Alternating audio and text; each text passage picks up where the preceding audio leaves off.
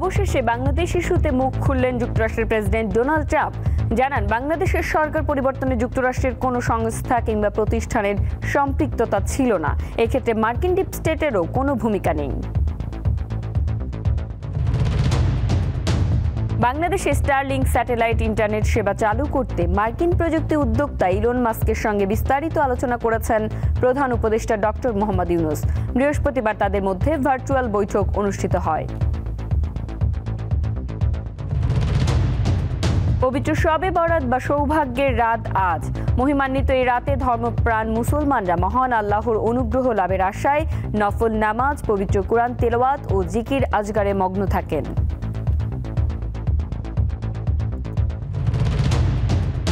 বিশ্ব ইজতেমায় বৃহৎ জামাতে একসঙ্গে জুমার নামাজ আদায় করলেন হাজারো মুসল্লি।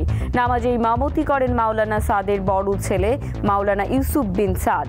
মোনাজাতে মুসলিম উম্মার শান্তি, মঙ্গল ও ঐক্য কামনা করা হয়। প্রকৃতিতে আগমন ঘটল ঋতুরাজ বসন্তের। একই সঙ্গে ভালোবাসা দিবস হওয়ায় দিনটি নানাভাবে উদযাপন করছে মানুষ।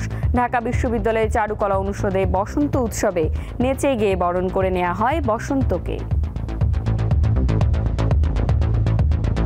নিজে মনকে একটু আনন্দ দিতে চায়, একটু সবাই একটু সাজতে চায়। এই দিনে একটু সেজে গুজে বন্ধু বান্ধবের সঙ্গে বের হতে, দিনটা একটু সেলিব্রেট করতে, সুন্দর করে দেশটাকে ভালোভাবে প্রেজেন্ট করুক।